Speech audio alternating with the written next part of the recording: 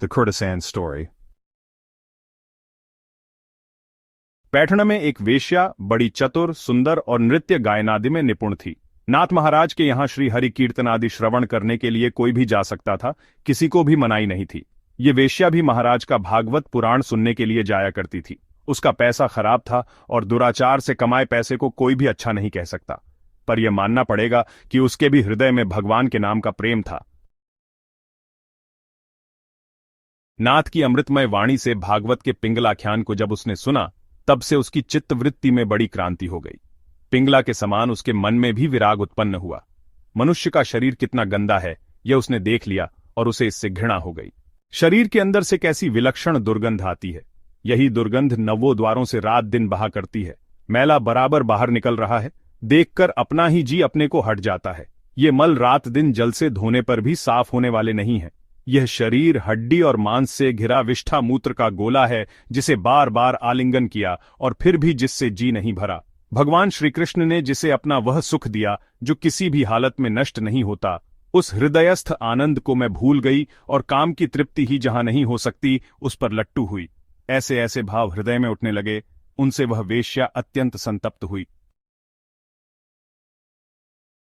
8 दिन वह अपने घर के द्वार बंद करके अकेली ही बैठी रही।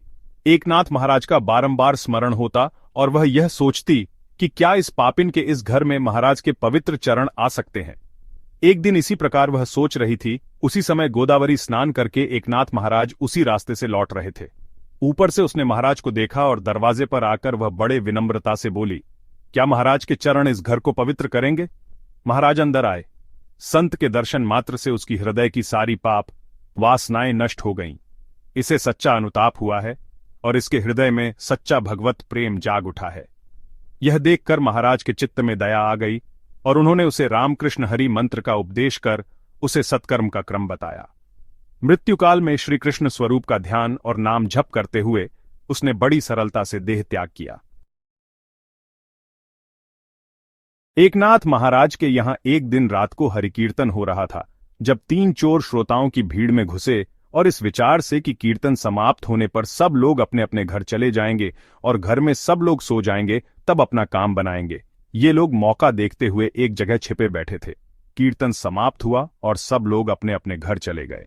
2 बजे लगभग चोरों ने अपना काम आरंभ किया।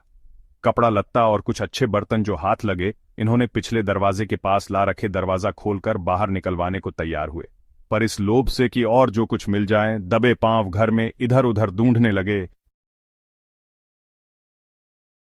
देवगृह के पास पहुंचे, वहां देखा अंदर एक दीपक टिमटिमा रहा है और एकनाथ महाराज आसन पर बैठे समाधि में मग्न है। यह दृश्य एक बार उन्होंने देखा और उनकी दृष्टि नष्ट हो गई। फिर उन्हें कुछ दिखाई नहीं दिया, कुछ खुलता ही नहीं था, अगला पिछला कोई दरवाजा ही नहीं मिलता था। वे बर्तनों पर जा गिरे और नाथ देवगृह से बाहर निकले। चोरों ने यह समझ लिया था कि महात्मा के अपराध से हम लोगों की आंखें अंधी हो गई हैं। वे महाराज के चरणों पर गिरकर रोने लगे। एकनाथ महाराज ने उनकी आंखों पर हाथ फेरा, तब उन्हें पूर्ववत दृष्टि प्राप्त हुई। चोर यह चमत्कार देखकर अत्यंत चकित हुए, उनकी बुद्धि भी पलट गई। उन्होंने महाराज को बता दिया कि हम लोग चोर हैं और चोरी करके ये कपड़े और बर्तन लिए जा रहे थे। चोरों ने कपड़े और बर्तन उन्हें दरवाजे के पास ले जाकर दिखा दिए। एकनाथ महाराज की ममता अटल थी। उन्होंने चोरों से कहा, तुम लोग बहुत थक गए होगे, इसलिए पहले भोजन कर लो और पीछे यह सब सामान ले जाओ। हम लोग कोई रुकावट नहीं करेंगे, बल्कि तुम्हारे लिए मैं इसे तुम्हारे स्थान तक ढोकर पहुंचा भी सकता हूं। कोई सोच संकोच मत करो, चोरी करना तुम्हारा धंधा है। तुम लोग यह सब ले जाओ। शांति, क्षमा, दया हम लोगों का धर्म है, उसका पालन हम लोग करेंगे। यह कहकर नाथ महाराज ने अपनी उंगली से अंगूठी निकालकर वह भी उनकी ओर फेंक दी। नाथ के इस व्यवहार से वे चोर अत्यंत चकित हुए तथा और भी अधिक नम्र हो गए। महाराज ने गिरिजाबाई और उद्धव को जगाकर रसोई तैयार कराई और चोरों को भोजन कराया। चोर अपने साथ कुछ भी नहीं ले गए केवल एकनाथ महाराज की उदारता का स्मरण, और उस स्मरण से शुद्ध होकर उन्होंने चोरी करना छोड़ दिया। वे सदाचार पूर्वक रहने लगे और बार बार एकनाथ महाराज का सत्संग प्राप्त करके सद्गति को प्राप्त हुए।